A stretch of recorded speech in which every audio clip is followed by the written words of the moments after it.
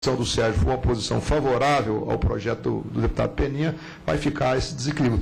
Mas é porque não houve, sabe, Paulo, não houve a participação, vamos chamar assim, dos deputados na montagem dessa audiência pública, dos deputados que lá estavam. Os que estavam todos que pediram, nós acordamos com o convite. Por isso está dessa forma. Mas nós vamos conduzir, viu, deputado Paulo, da forma mais equilibrada possível, pode ter certeza disso. Eu vou passar ao senhor Salles, então, por 2 minutos, rigorosamente 2 minutos. Obrigado, senhor presidente. Eu só queria poder colocar a posição de novo da ANIAM, em virtude de algumas colocações feitas pelo Bruno. Eu estou conhecendo o Bruno agora pela primeira vez, já participei aqui de diversos outros embates. Eu acho que ele não deve ter participado desses embates, e quem posicionou você não posicionou de forma correta. A indústria nunca foi contra as marcações, ao contrário, a indústria nunca foi chamada para discutir sobre isso na lei do desarmamento em 2003. A indústria investiu $1,5 milhão no sistema até identificar uma maneira possível de fazer isso. E isso foi feito com dinheiro da indústria. Não só o sistema, não só a marcação física, como o sistema, que era o mais complicado, já que a produção é uma produção em série muito grande. Uma outra coisa que eu queria colocar, e eu não posso deixar de colocar aqui, essas estatísticas do Sou da Paz, inclusive essa de São Paulo, eu liguei pessoalmente para a doutora Nise, algumas vezes, chamando ela para a gente discutir e a indústria ajudar a identificar essas armas. E ela, infelizmente, nenhuma das vezes marcou, chegou a marcar comigo, desmarcou outras vezes, para a gente identificar essas armas. A indústria é totalmente favorável a isso. Quando o senhor mostra essas estatísticas todas, o senhor mostra de apenas 8% dos crimes que são identificados e investigados no Brasil. Só 8% dos crimes do Brasil são investigados. E quais são os investigados? Os crimes com 38%. Os crimes com arma do crime organizado, com arma pesada, não são investigados. Então, essa é a minha posição. Não é possível que as armas não são nacionais. Agora, o que nós estamos dizendo aqui, e eu agradeço o senhor pela posição, nós temos que buscar é o registro. E aí o senhor é contraditório, quando o senhor diz que é contra a qualquer momento você registrar uma arma de fogo. Eu sou totalmente favorável. Eu acho que a qualquer momento o cidadão tem que ir lá e registrar sua arma de fogo. Isso é uma posição positiva a favor do quê? Do controle das armas. Ok? Obrigado, senhor presidente. Obrigado. Eu vou passar a palavra agora.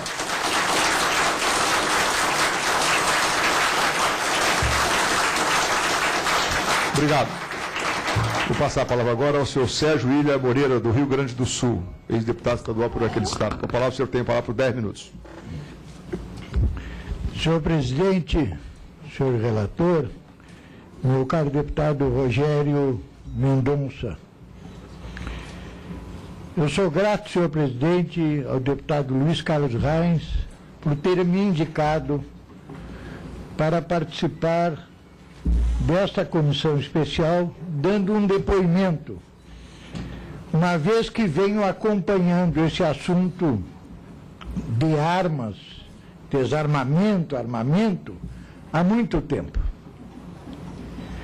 Em 2005, senhor presidente, eu, juntamente com 5.900.000 gaúchos, 90% do eleitorado do Rio Grande votou contra a proposta que foi encaminhada no referendo, que dizia o seguinte: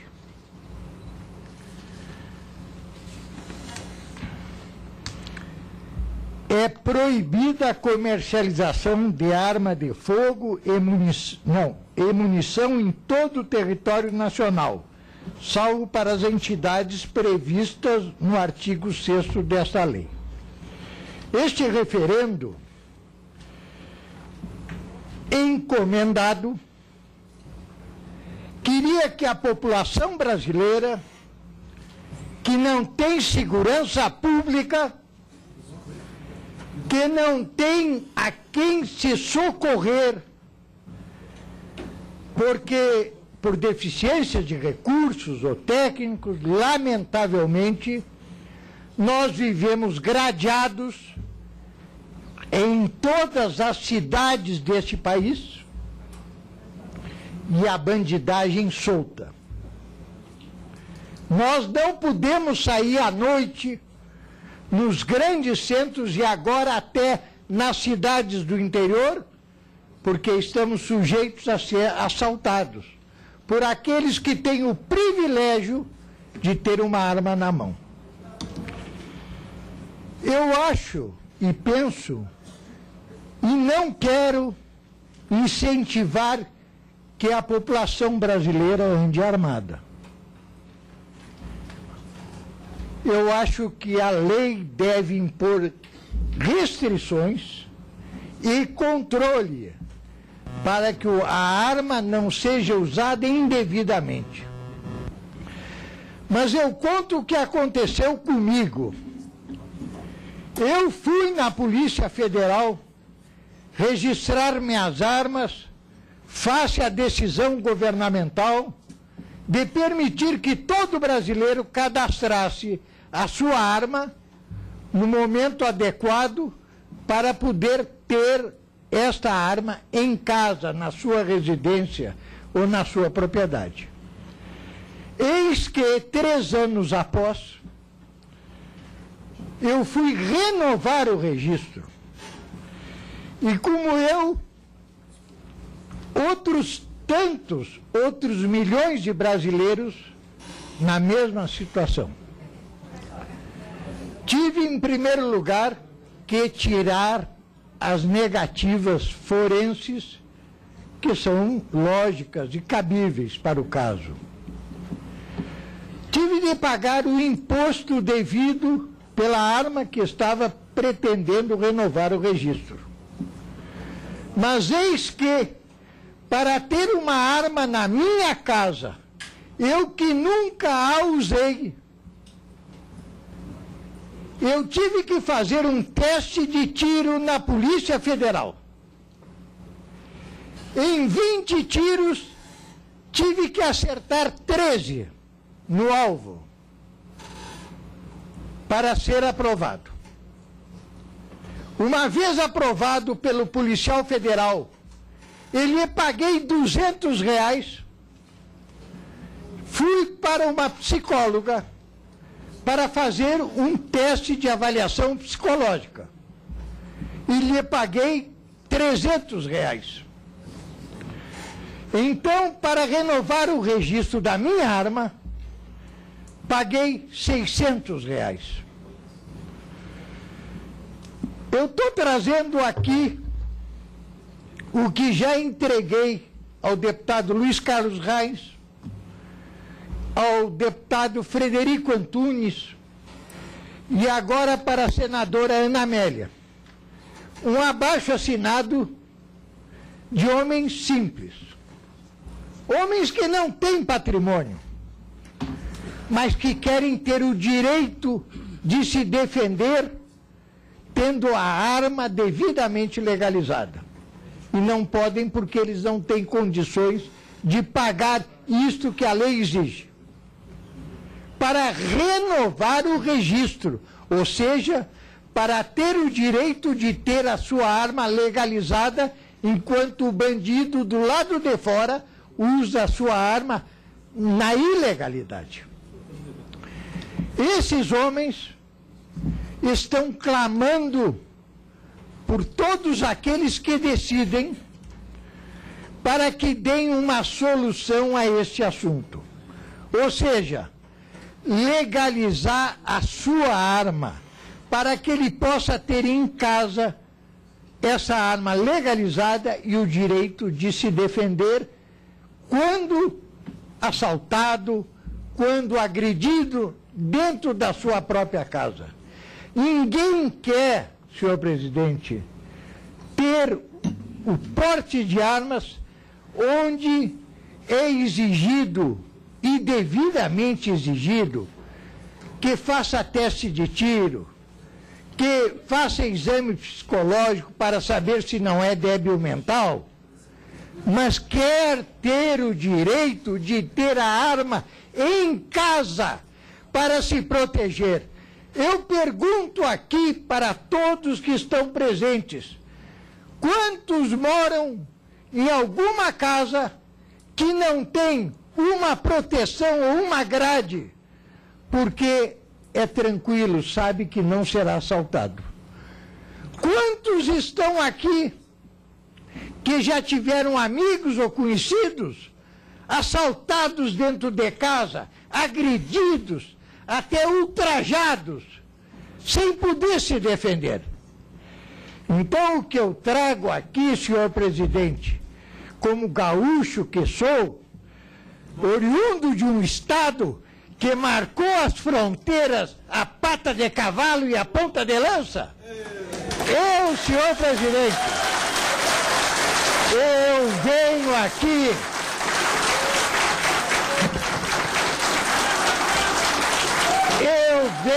Silêncio. senhor presidente. Silêncio, por favor.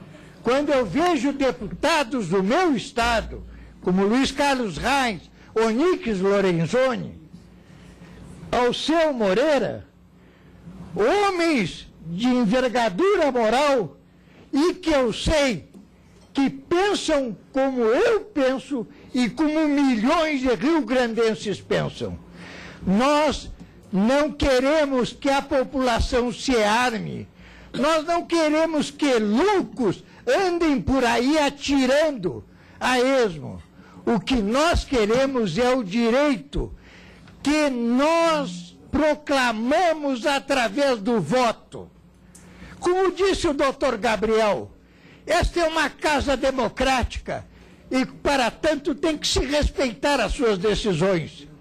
Mas, acima dela, estão as decisões do povo brasileiro, que em 2005 disse alto e bom som: eu quero ter o direito de ter uma arma legalizada na minha casa para me defender e usar em legítima defesa minha e de minha família.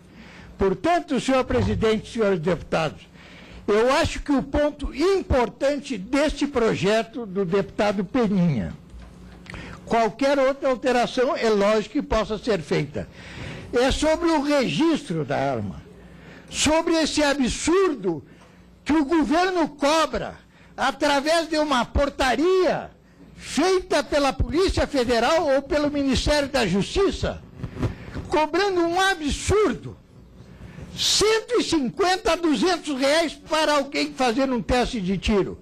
Como disse o policial federal que me examinou: deputado, o senhor tem 74 anos. Daqui a 3 anos, queira Deus que o senhor esteja com o pulso firme. Se o senhor não tiver, o sistema vai lhe pegar. Como o sistema vai me pegar? Vai lhe pegar da seguinte forma: o dia que houver uma ocorrência policial em que o senhor se envolva, vão chegar ao senhor e dizer: o senhor tem uma arma em casa. Cadê o registro? Não, eu não pude renovar o registro porque não tinha dinheiro. Então o senhor está preso em flagrante, sujeito crime inafiançável, porque tem uma arma sem registro em casa, como esses gaúchos lá de Cacequi, que fizeram esse abaixo-assinado e pediram à Câmara dos Deputados: a Vossa Excelência, deputado Montes, a Vossa Excelência, senhor relator, e ao bravo deputado Rogério Peninha, que em muito boa hora se lembrou que milhões de brasileiros, como foi dito aqui, estão sujeitos a qualquer momento ao arbítrio da autoridade policial a serem presos porque não renovaram o registro de sua arma por falta de recursos financeiros. Porque eu pergunto, quem tem 600 reais para renovar o registro de uma arma por 3 anos? Muito poucos nesse país, senhor presidente. Muito poucos, senhor presidente. Por isso, eu mais uma vez renovo, deputado Marco, o agradecimento de ter aceito a sua comissão, brilhantemente presidida por Vossa Excelência, por indicação do nobre deputado Luiz Carlos Reis, de ter vindo aqui e manifestado, eu tenho certeza, a opinião de 6 milhões de gaúchos que votaram maciçamente pelo direito de ter uma arma legalizada na sua casa. Era isso. Muito obrigado.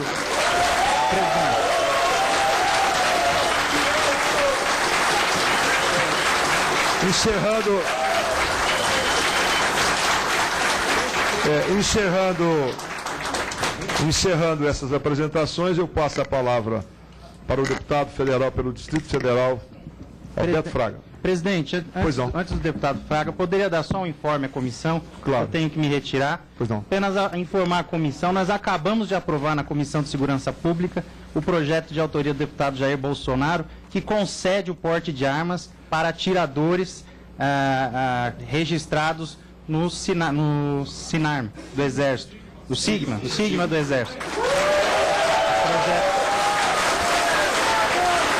Obrigado, deputado. O deputado Fraga me permite fazer um pequeno registro? Claro. Também.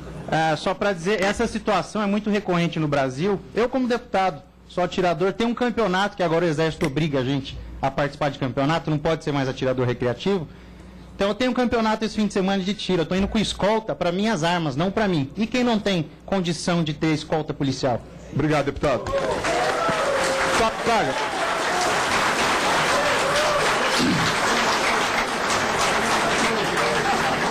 Senhor presidente, senhoras e senhores deputados. Combinado? Garoto de programa é da esquerda, de propaganda é da direita, tá ok, senhor presidente? Fraga, com a palavra, por favor, para darmos continuidade à audiência. Eu sou o Bolsonaro. Senhor presidente, senhoras e senhores deputados, eu primeiro quero agradecer a oportunidade de estar aqui e mais uma vez voltar a esse assunto que por tantas vezes eu me debati. Eu faço questão de lembrar que no meu primeiro mandato eu recebi uma tarefa muito difícil. Esse microfone está ruim demais. Quer sentar aqui, por favor?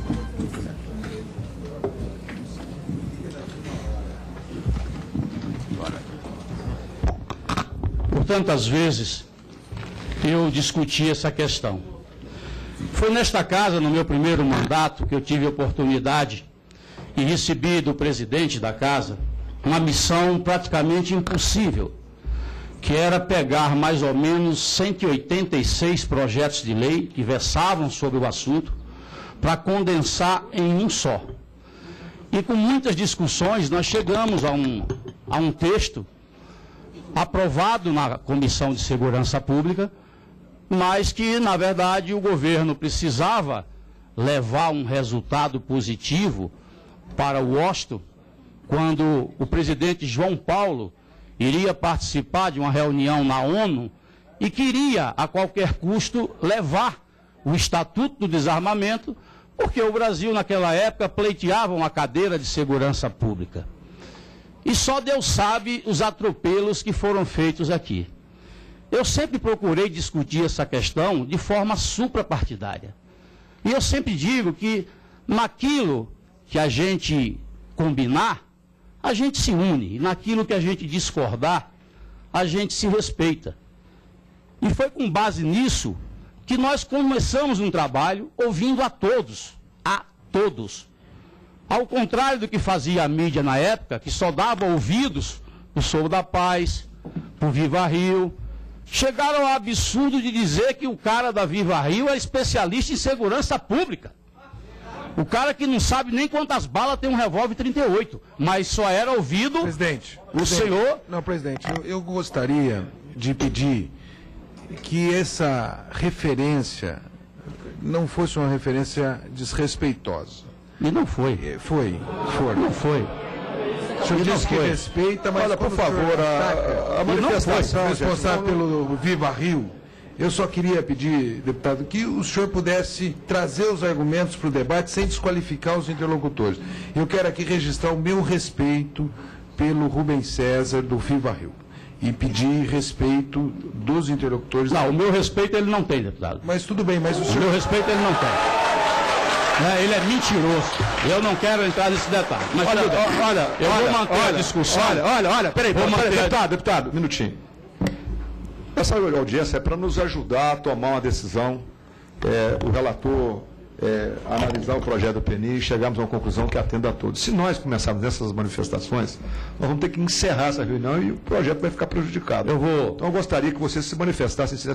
Claro que a manifestação é normal, é natural, mas que manifestassem de uma forma menos contundente, por favor. Eu tentava dizer, talvez o deputado Paulo Teixeira não percebeu, que eu queria mostrar o quanto foi, vamos dizer assim, desigual a luta que nós travamos. A Rede Globo de televisão, eu também não posso falar, ela fazia de tudo, ela dava 1 hora para quem falava contra, quem era a favor do desarmamento. E aqueles que eram favoráveis contra o desarmamento, tinha apenas 30 segundos.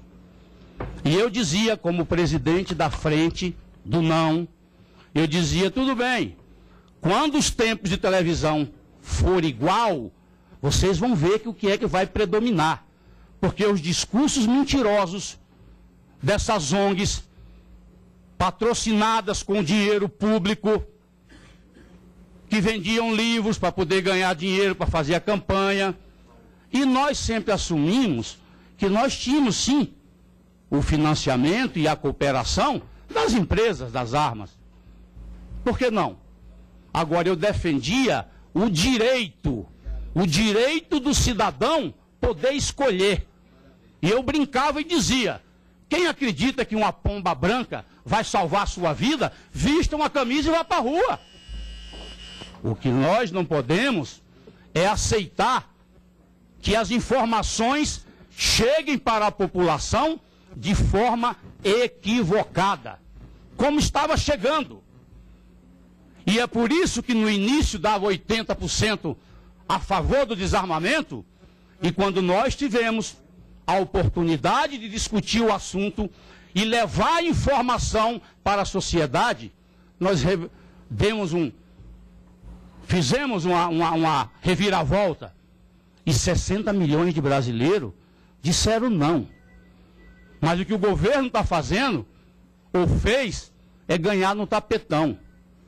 Primeiro queria só corrigir algumas coisas. Chegaram ao absurdo de colocar os crimes de porte ilegal de armas e posse ilegal de armas de crimes inafiançáveis. Muitos pais de famílias honestos, trabalhadores, foram para a cadeia, enquanto que os verdadeiros bandidos estavam soltos nas ruas. Hoje, meu deputado Sérgio, graças a um ADIM, a uma ação direta de inconstitucionalidade, nós derrubamos essa impropriedade. Nós tiramos do estatuto coisas absurdas, como, por exemplo, o governo queria tirar o porte de arma do policial. Hoje, o policial é sentenciado à morte, porque se o bandido o pegar, o mata. E eu não vejo nenhuma ONG lá defender policial morto, assassinado.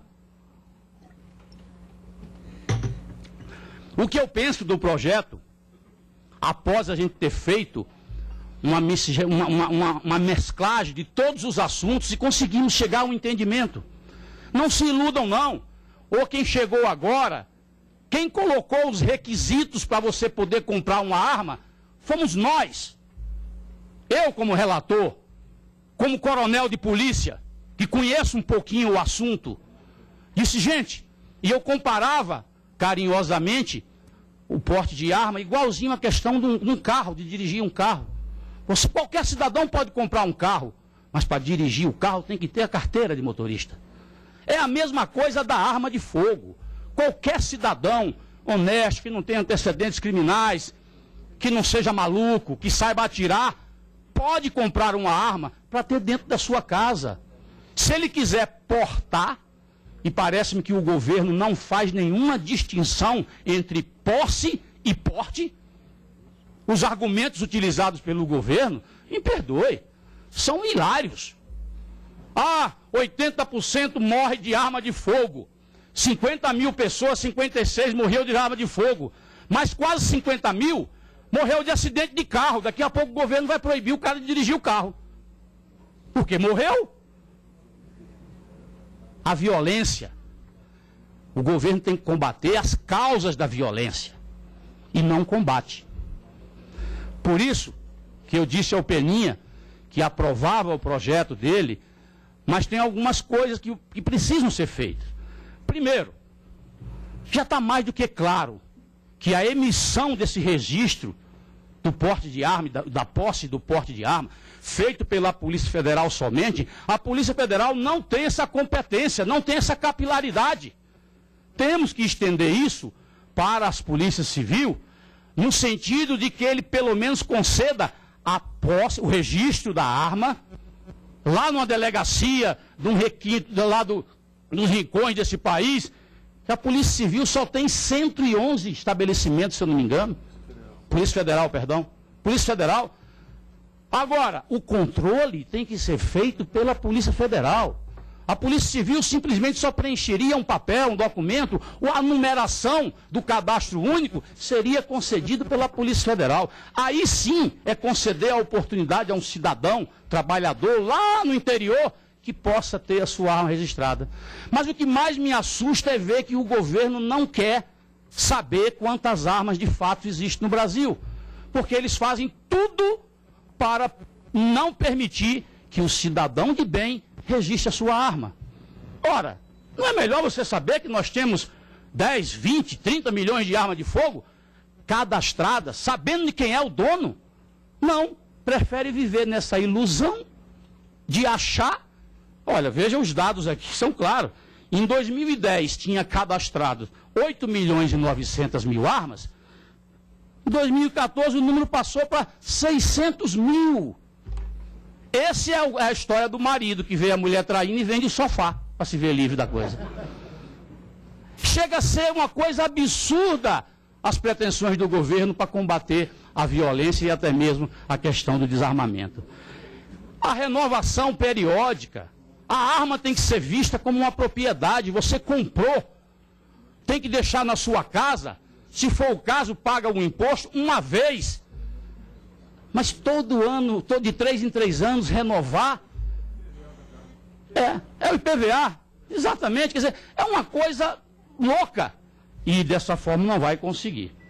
O recadastramento, que foi contra aqui por alguns colegas, é a chance de tirar o cidadão honesto e trabalhador da ilegalidade.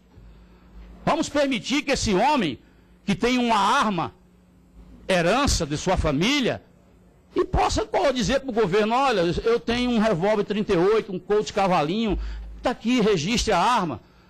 Se um dia essa arma for pega num crime, pelo menos sabe de quem é a arma. Hoje, ao contrário dessas pesquisas da ONG, eu vejo a arma de crime raspada. Se a arma está raspada, como é que você sabe a numeração? Como é que você sabe a origem? Esses 86% é só das armas que foram identificadas.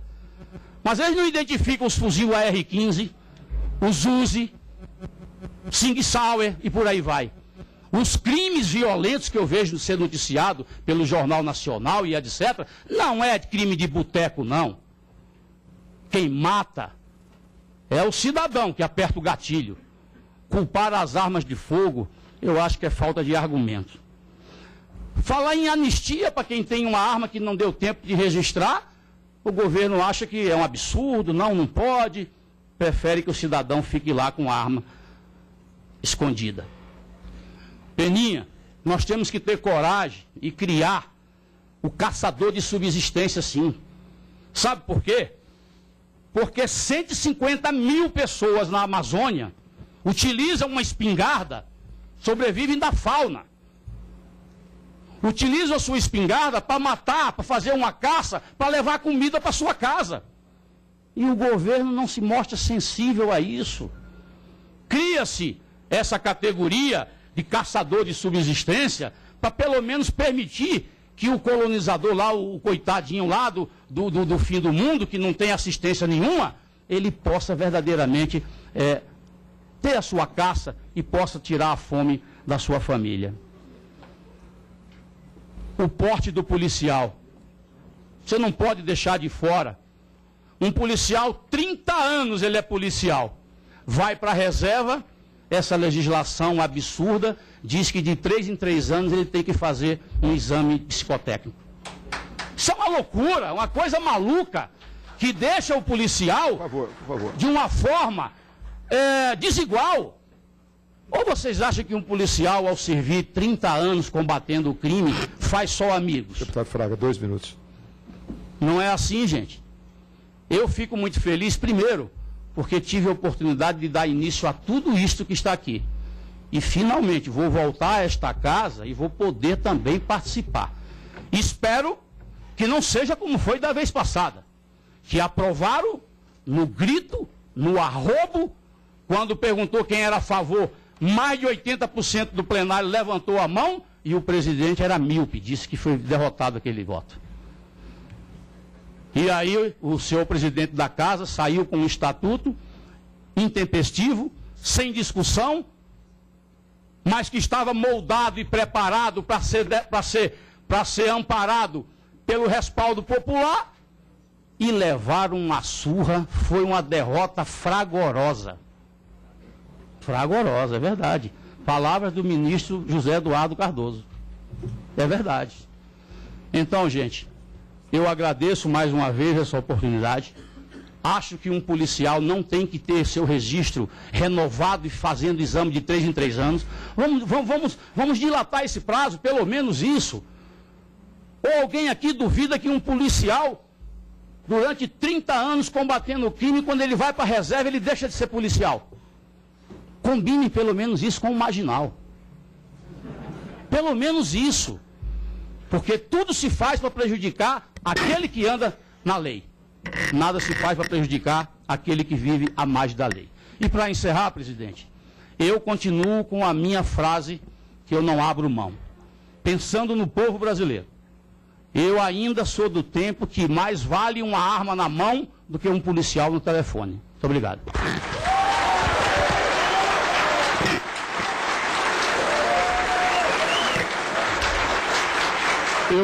Eu vou passar, por favor. Com justiça, eu vou passar a palavra ao senhor Bruno Langiani por 2 minutos, porque também ele foi citado aqui pelo deputado Fraga e nós vamos dar a palavra a ele para ele ter a sua posição. 2 minutos, por favor. Obrigado, senhor presidente. Duas colocações muito rápidas. A primeira, foi citado, enfim, essa coisa meio genérica, as ONGs, etc.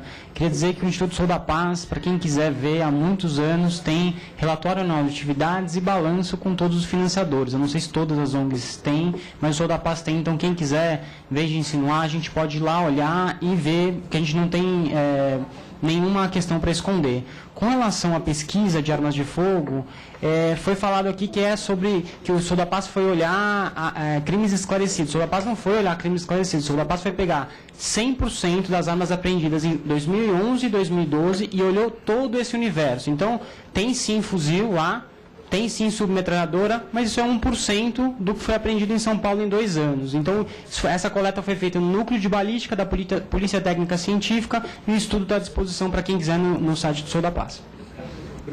Obrigado, Bruno. Eu quero agora, então, passar a palavra ao brilhante relator dessa matéria, o deputado Cláudio Cajado, por 10 minutos. Com a palavra, deputado.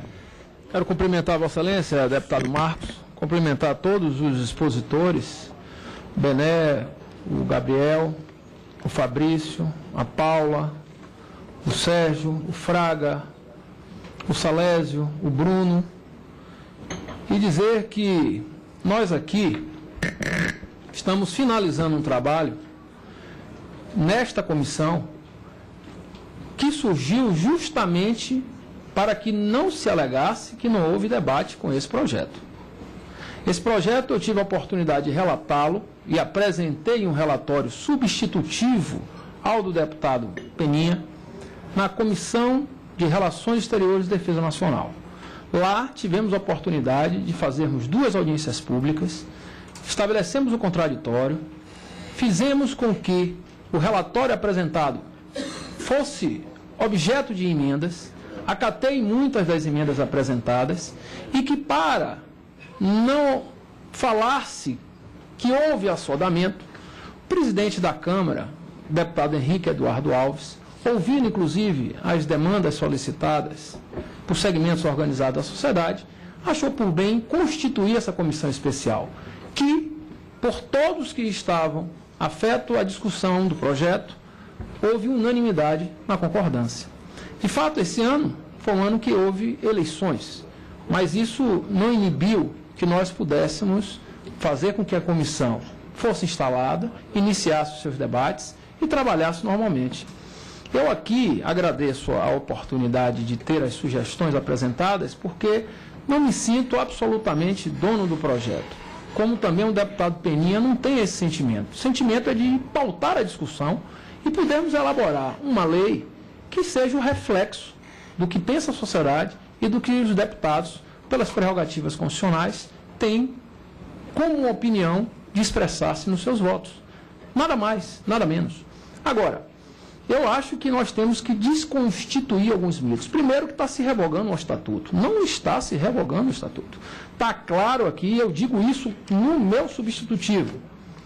Disciplina o controle de arma de fogo e munições, combinando penalidades e dando providências correlatas. O que nós estamos aqui estabelecendo, e por isso não há um relatório nesta comissão apresentado por mim, é que nós estamos na fase dos debates. Mas na próxima semana eu apresentarei o meu relatório para que nós para que nós possamos discuti-lo com mais amplitude entre os parlamentares e ouvir mais uma vez as sugestões. Agora, é óbvio que um projeto como esse, que tem ao lado das concessionárias de telefonia móvel as maiores provocações do ponto de vista positivo para a Câmara do debate, é um projeto polêmico. E há quem seja a favor e há quem seja contra. O que nós temos que estabelecer, e é o que o presidente Marcos Montes tem feito, é o respeito às opiniões. Portanto, eu como relator, eu vou ouvir as sugestões e aquilo que eu achar que a minha consciência, o meu arbítrio e a minha livre expressão de vontade, pelo entendimento dos estudos que eu fiz nesse projeto, eu acatarei. O que eu não acatar, que seja objeto de emenda. Eu não tenho nenhum problema em apresentar o relatório, receber qualquer emenda e submeter a que o plenário decida, porque no regime democrático nós temos que respeitar a maioria. E aí eu quero aqui dizer para todos que se expressaram que todas as opiniões serão levadas em consideração. Claro que no relatório que eu apresentarei, e já antecipo que eu farei algumas alterações no projeto original do deputado Peninha, até por sugestões de outros parlamentares e por outras entidades, nós conceituamos algumas questões. Por exemplo, a arma de uso restrito, a arma de uso permitido, são coisas diferentes. A quantidade de armamentos para cada pessoa, a forma de aquisição, a forma de adquirir a munição, a questão dos que praticam esporte com arma de fogo, são coisas que nós temos que estabelecer critérios conceituais. E foi isso que eu procurei fazer. Para que não haja um projeto sem início, meio e fim. Um projeto que tenha cabeça, mas não tenha corpo. Então eu tentei, e aí eu trago a colaboração muito importante do assessor Rocha, que está aqui, está ali atrás, não é?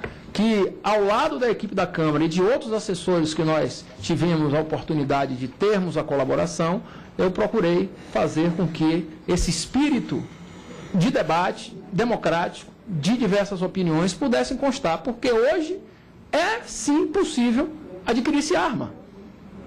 Então não se revoga o Estatuto. O Estatuto permite ou não permite que se compre arma de fogo? Permite. Se permite, por que se fala em revogação do Estatuto? Nós não estamos revogando.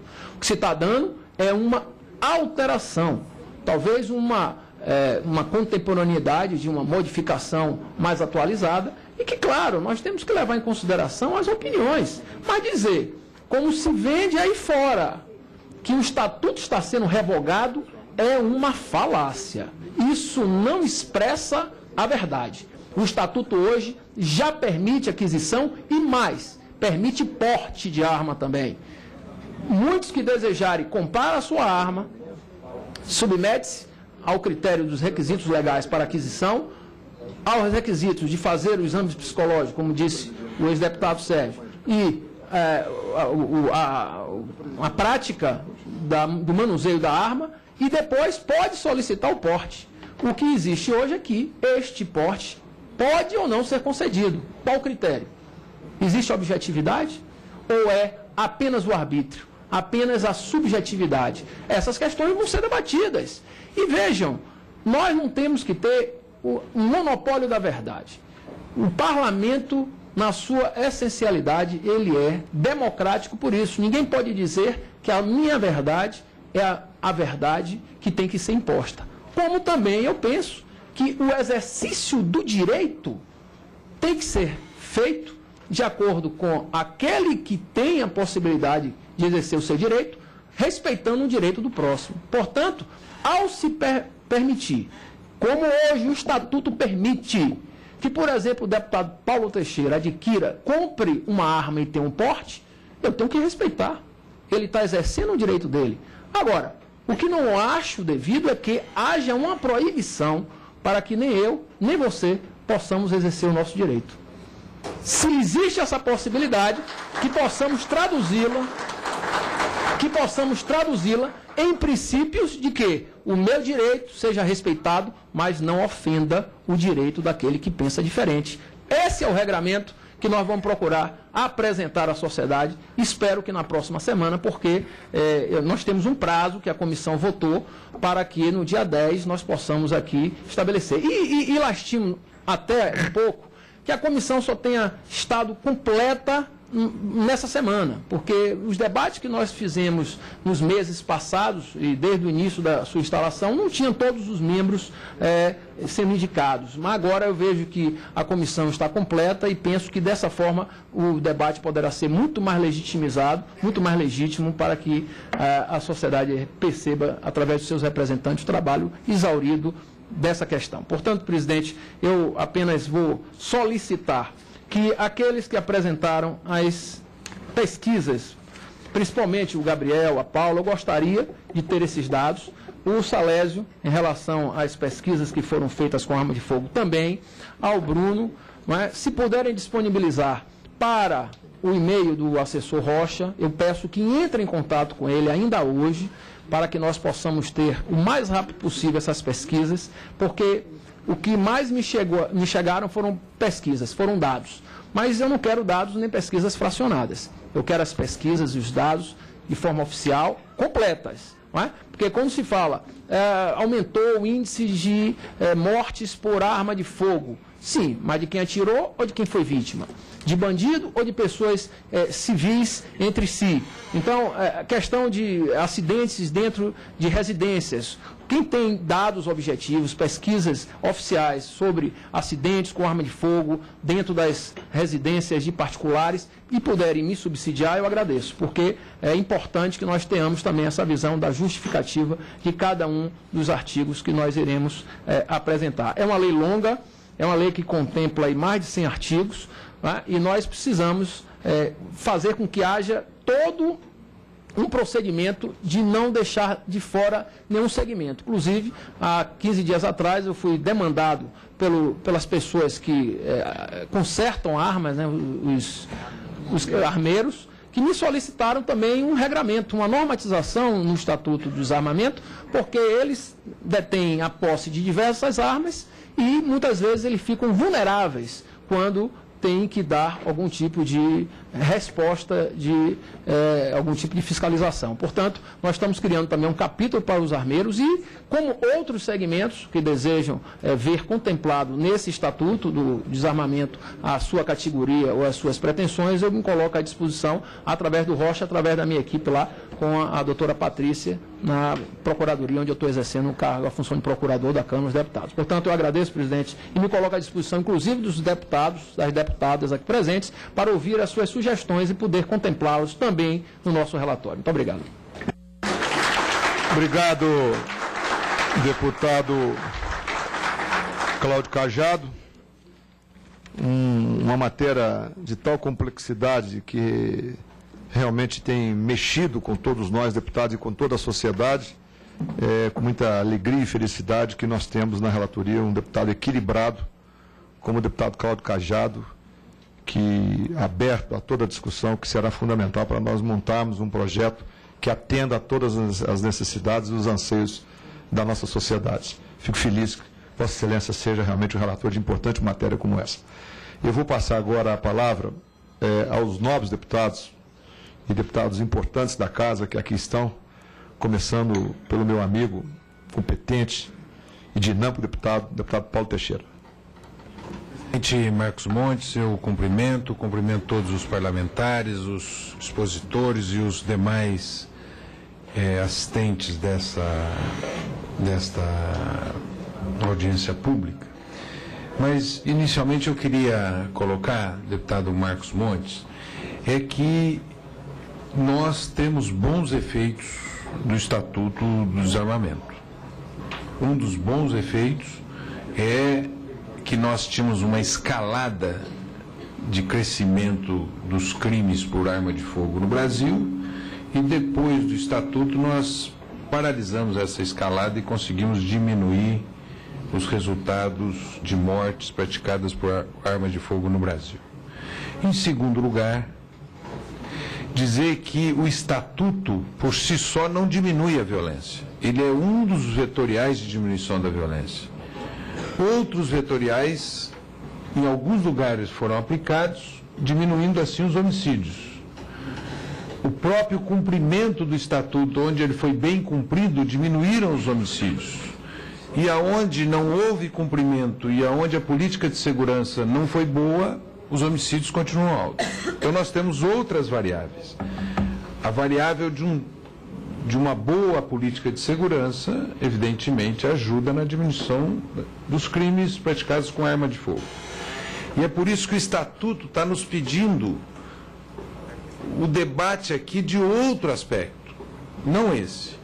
Nós temos que criar o Sistema Nacional de Segurança Pública, articular melhor a segurança pública entre os estados, melhorar a qualidade das polícias investigativas, melhorar a qualidade da política repressiva, melhorar a qualidade de desarticulação do crime organizado no nosso país. Essa é a agenda que, na minha opinião, devia prevalecer nesse próximo período. Eu peço para interromper apenas para o colega, se ele me permitir continuar. Por favor, deputado. Bom, continuando, o que se coloca aqui?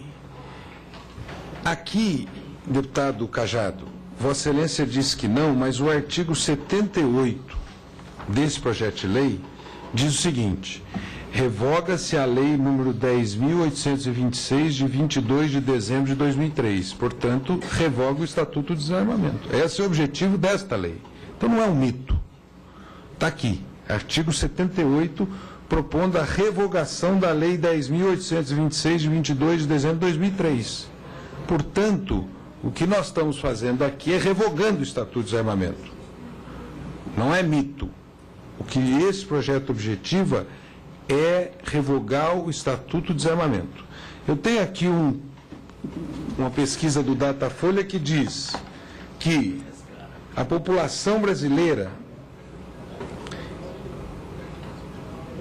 o brasileiro é absolutamente contra até mesmo a posse de armas. 69%, 70% afirmam que a posse deveria ser proibida, pois ameaça a vida de outras pessoas. Então, a população brasileira não é uma população que reivindica a mudança do Estatuto.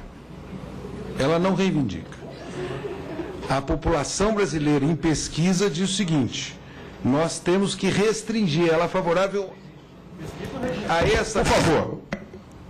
Por favor. Ela é favorável a essa restrição. Portanto, o que nós temos que fazer, na minha opinião, é manter o Estatuto, trabalhar o tema de uma política nacional de segurança pública, de uma maior articulação entre as polícias, de uma qualificação maior das polícias, desarmar o crime organizado. Inclusive, na minha opinião, aqui quem defende policial tem que levar em consideração que esse projeto aqui ameaça mais a vida dos policiais, porque quem mata policiais é quem tem disponibilidade de armas. Portanto, nós temos que garantir, inclusive, tirar de circulação ainda muitas armas que estão no Brasil, principalmente as armas ilegais. Assim, nós temos que manter o cidadão comum, e aí o que o ex-deputado Sérgio William Moreira, sempre deputado, diz, poderia ser mexido no anexo dessa lei apenas, no que tange às taxas. Então não é na lei. No estatuto nós poderíamos mexer somente no seu anexo se nós chegarmos a essa conclusão. Eu termino dizendo o seguinte, presidente, nós temos que melhorar a segurança pública no Brasil por meio de um debate nesta casa, de uma maior articulação federativa na questão da segurança pública, na melhoria da qualificação das polícias civis, na melhoria da capacidade investigativa, no combate ao crime organizado e diminuir a disponibilização de armas. Eu acho que esse projeto de lei, ele vai na contramão da segurança pública e da melhoria da segurança pública no Brasil. Obrigado, deputado Paulo, por cumprir o horário. Deputado Onyx Lorenzoni. Presidente, só para uma questão. Deputado Paulo, quando eu coloquei, eu falei conceitualmente. Não revoga conceitualmente, por quê? Porque se o estatuto hoje permite aquisição, porte de arma e munição, mantém-se esse conceito. Eu falei nesse sentido. Agora, claro, uma lei, qualquer que seja a lei que nós aprovamos aqui, de forma tão completa e abrangente, ela revoga o anterior. Não, mas ao revogar anterior. Não, nem toda lei revoga a anterior. Ela altera. Aqui é grande. O relator falei que ela é complexa. Eu fui. Pois não. Não, apenas, deputado Cajado, com quem tenho maior relação e boa relação. Tem até umas fotos de Vossa Excelência, depois poderia passar a Vossa Excelência. Mas dizer a Vossa Excelência o seguinte, que nós temos diplomas legais que alteram leis e temos diplomas legais que revogam leis. O propósito dessa aqui é revogar o Estatuto do Armamento, não é alterar dispositivos do Estatuto do Armamento. Obrigado, deputado Paulo. Deputado Onyx Lorenzoni com a palavra. Eu dei esse tempo, Paulo, porque o relator tem todo o direito de fazer essa... Deputado Onyx Lorenzoni, 5 minutos. Era 3 minutos, estou passando de 5 para todos. Bom, presidente, relator, aqueles que estão nesse debate, eu quero falar um pouco de vida real, né? Primeiro, dizer que pesquisa está resolvido no Brasil, porque nunca antes nesse país 60 milhões de brasileiros demonstraram na urna claramente a sua vontade, que tem sido negada pelo atual governo de maneira peremptória. São as ordens não escritas no Ministério da Justiça para delegado não conceder posse, para delegado não conceder porte, instrução para psicólogos para reprovar nos exames. E para que esse confisco de chega a R$600? Tem armas que não valem a metade disso, deputado Sérgio. Isso é confisco.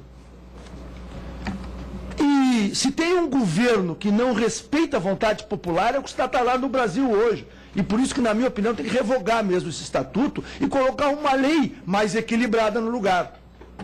E eu quero falar porque é vida real. Algum governo tem o direito de negar a Declaração dos Direitos Humanos? Está lá escrito. O ser humano tem o direito de ir às últimas consequências para manter o bem maior, que é a vida. Brasil é signatário, meu nobre relatório. E o governo brasileiro nos nega esse direito. Algum governo pode ter o poder dado pela outorga popular para dar a garantia ao bandido, ao criminoso, de que o cidadão não pode defender a si ou a sua família? Nenhum governo do mundo tem esse direito. E eu quero contar um exemplo da vida real. Lá no nosso Rio Grande, cidade de Canoas, 11 horas da noite, uma mulher começa a ligar para a polícia e pede socorro porque a casa está sendo invadida. Tem uma filha linda de 15 anos. Liga a segunda vez, liga a terceira vez, liga a quarta vez desesperada. Mais ou menos 40, 50 minutos depois, as duas estão estupradas. Vamos andar 20 quilômetros, deputado Reis, na cidade de Esteio. E essa história eu conheço bem, porque a personagem dessa história era minha cliente, na época eu era veterinário. Alemães que residiram na Polônia, pós-guerra, vieram ao Brasil, um casal, morava num sítio a 2 ou 3 quilômetros do centro da cidade de Esteio. Conheci por anos meus clientes. Criavam animais.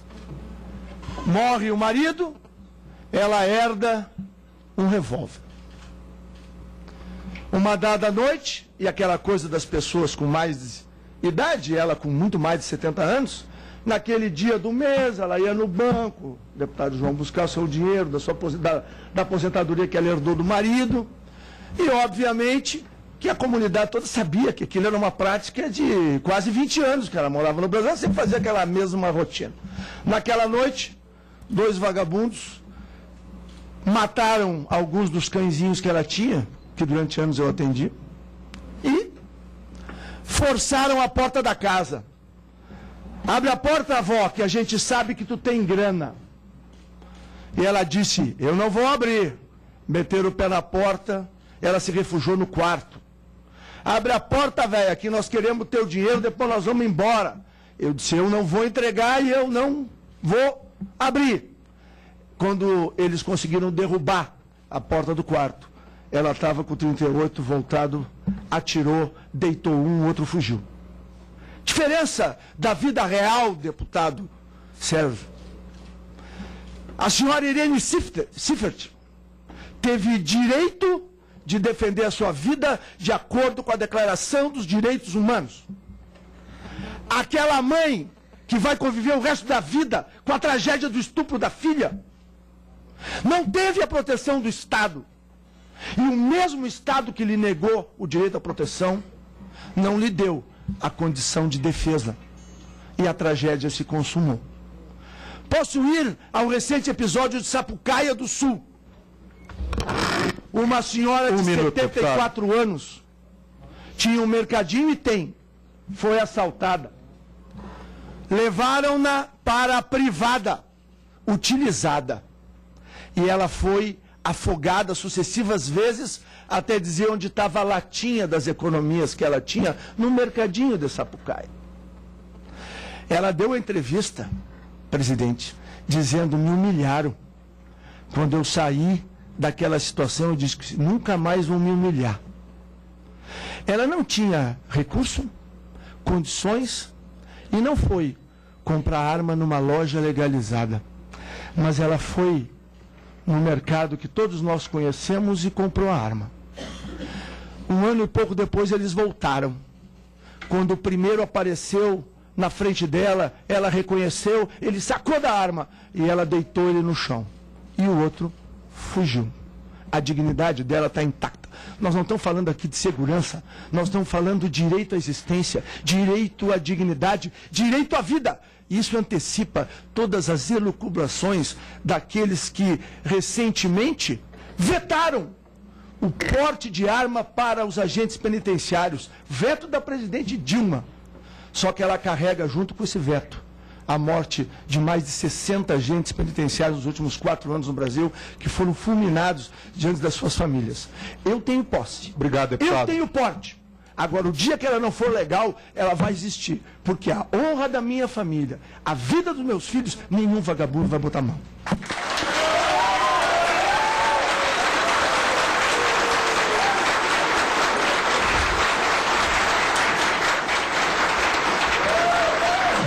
Tá bom, gente. Tá bom. Aguarda para o próximo. Deputado Jair Bolsonaro. Deputado Jair, nós estamos dando, em vez de 3 minutos, 5 minutos. Eu encerro, senhor presidente. Eu não tenho muito o que falar. Até primeiro me referir aqui ao senhor Fabrício Rabelo. É uma questão ideológica, sim. Eu fiquei contra o programa Mais Médicos, muito mais por questão ideológica e questão de saúde. Esse governo dizer que quer a saúde do povo é brincadeira. Um governo pautado pela mentira. Mas tudo bem. Parabéns, Peninha, Marcos Montes, meus companheiros. Não por coincidência, o Cajado, os mais jovens estão contra o projeto. Mais jovem ligado ao governo, é lógico. E ainda, eu vou falar a inocência, porque eu sou uma pessoa bastante educada, de uma pessoa dizendo que devia mandar alguém do Exército para cá. Mandar pedir para vir um coronel, um general para cá, para dizer que a arma é ruim.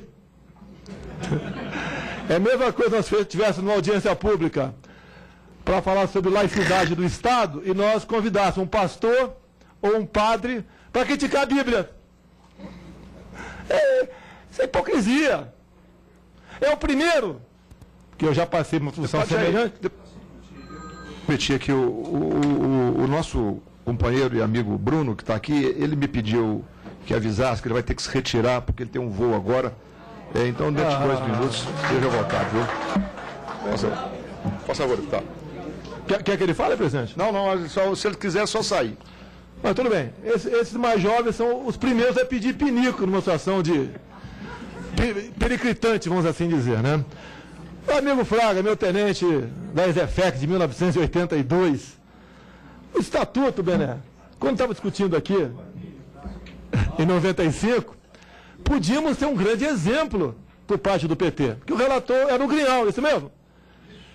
Pegaram o Zé Rainha com uma 12, ilegal contigo. Quem foi advogar por Rainha? Grial.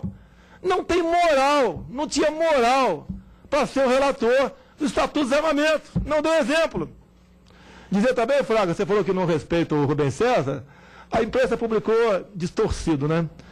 Há 8 anos o avião estava ganhando pista lá no Santos Dumont. Naquele tempo ele se avisava com muita ênfase sobre o uso do celular. Ganhando pista, toca o telefone e do meu lado ele atende o telefone. Levou uma descompostura minha, que eu nunca dei num recruta na minha vida, tá ok? E arranquei o celular dele. Então, não tem respeito com a vida de ninguém, né?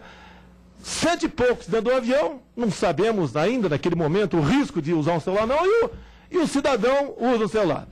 E dizer, Fraga, você sabia, né? Já que você falou a palavra vagabundo aqui, você me deu a liberdade, abriu a guarda, né? Na minha campanha, no Rio de Janeiro, eu usava uma faixa. Entregue suas armas. O governo e os vagabundos agradecem. Porque eu digo aqui, retorno ao doutor, uma questão ideológica. Muito mais importante, entendo eu, para defender a sua família, é defender a sua liberdade.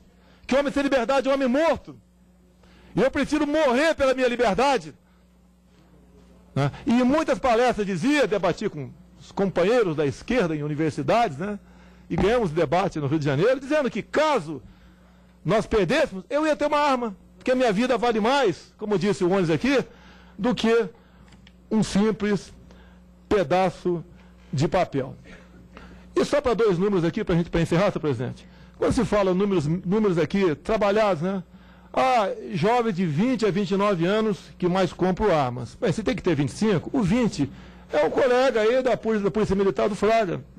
Então bota isso lá na conta de quem está comprando arma. E outra coisa que me irrita, e eu estou aqui na minha liberdade, presidente Marcos Montes, né, de falar o que eu quiser, desde que eu não ofenda ninguém. Tá ok? Essa história de negros, aqui. Jovens negros da periferia que morrem, vamos salvar. Peraí, quem mais mata? É negro ou é branco? Vamos botar isso também lá. Ou tu acha que quando o policial militar, num confronto, tem um branco e um negro, todos miram no negro, não miram no branco? Será que é assim? Querem nos dividir, um governo que nos divide. Joga hétero contra homo, pais contra filhos agora na lei das palmadas, norte contra sul, ricos contra pobres, e agora covardia, negros contra brancos, nos dividindo, nos distanciando, criando conflito entre nós, em vez de buscar aí a pacificação. E do nosso confronto, dá o poder para eles. Como se estivesse preocupado conosco. Não estão preocupados, não. Estão preocupados com o poder pelo poder. E o desarmamento do povo brasileiro é uma das metas para conseguir o poder absoluto do nosso país. Por isso, parabéns ao Peninha.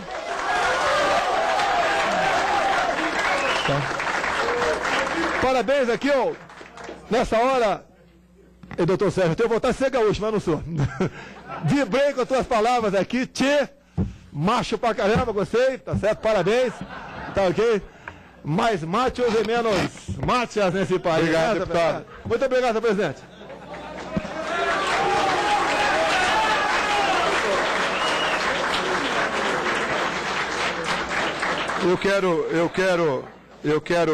Eu deveria, deputado Peninha, lhe dar a palavra. Você muito humildemente se colocou aqui na lista dos deputados, eu até segui achando que seria uma vontade sua.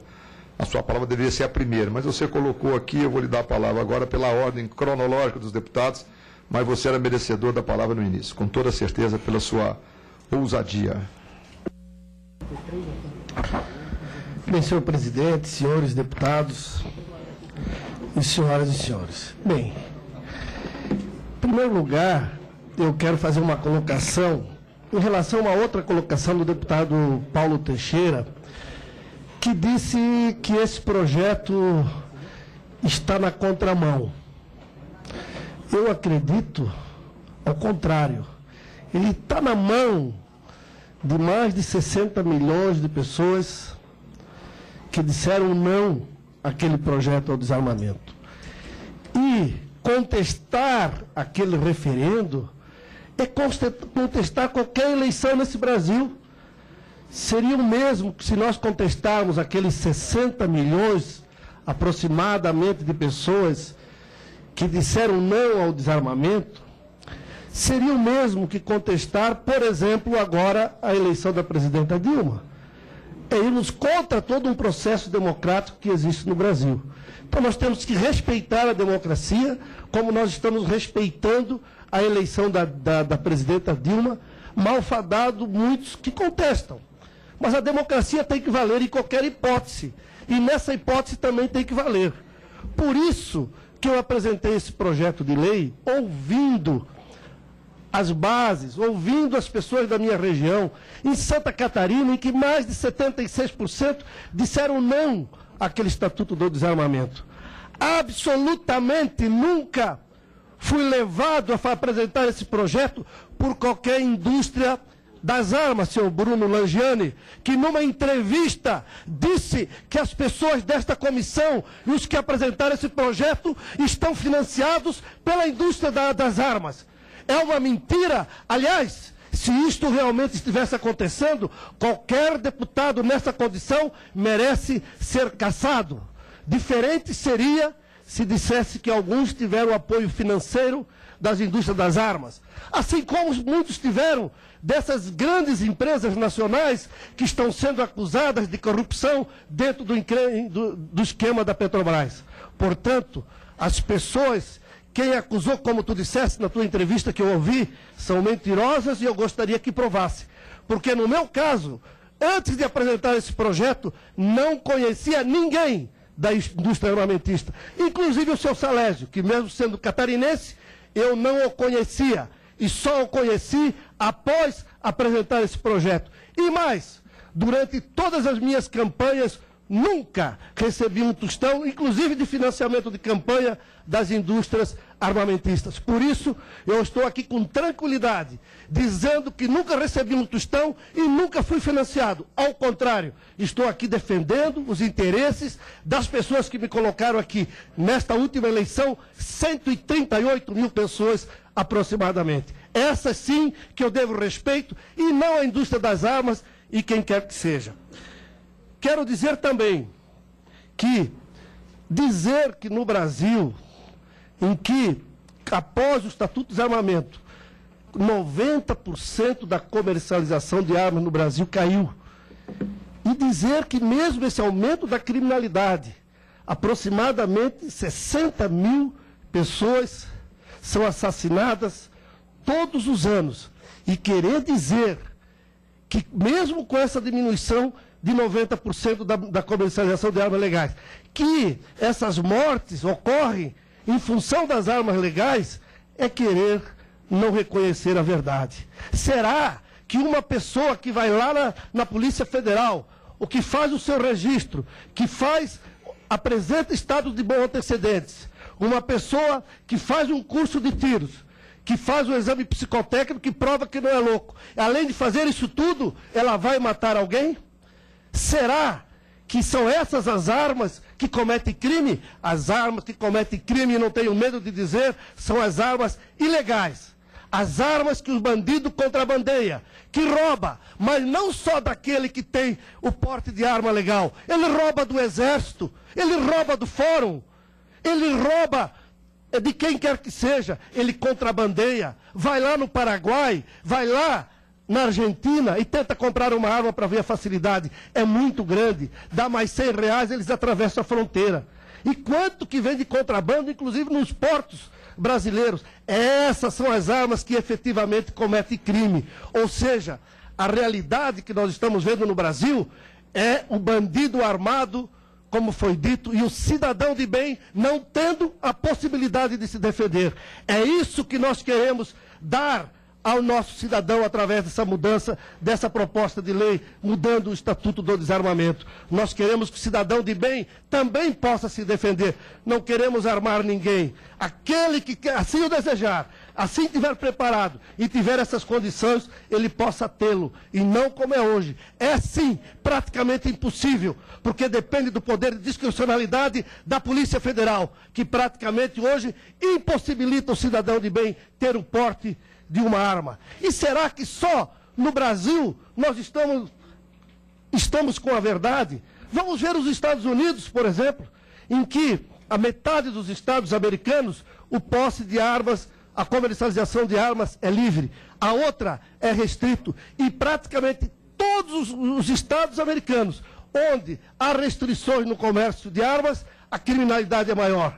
Na Europa também, eu tenho números, inclusive estudos, se for para apresentar números dos estudos, eu tenho da Universidade de Harvard, 9 países europeus, 9 países que têm a menor taxa de posse de armas, têm 3 vezes mais homicídios que outros 9 países europeus que apresentam a maior taxa de posse de armas.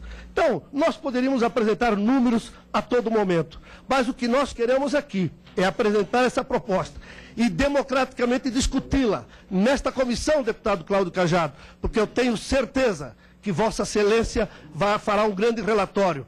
Haverá de fazer modificações, sim, na minha proposta, mas modificações que vão melhorar o texto, modificações que serão importantes para o Brasil e para os brasileiros, acima de tudo. Tenho confiança nisso. E nós aqui, os 24 membros dessa comissão que foi criada pelo presidente, haja visto a repercussão desse projeto em todo o Brasil, nós vamos ter a condição de discernir, de decidir o que é melhor para o Brasil, os 24 membros democraticamente. E mais, nós aqui não vamos ter uma decisão final, ainda vai para o plenário, onde teremos 513 deputados para votar e que lá ainda poderemos ter emendas. E mais, se for aprovado aqui no plenário, ainda vai para o Senado. O Senado poderá provocar discussões e modificações. Se houverem modificações, voltará para esta casa. E se voltar para essa casa, aí sim vai para o presidente da República, que poderá sancionar ou vetar. E nós, na sequência,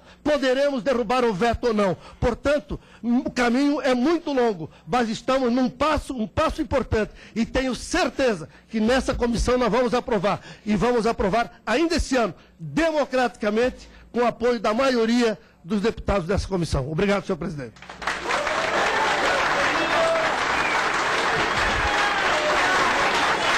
Obrigado, deputado Peninha.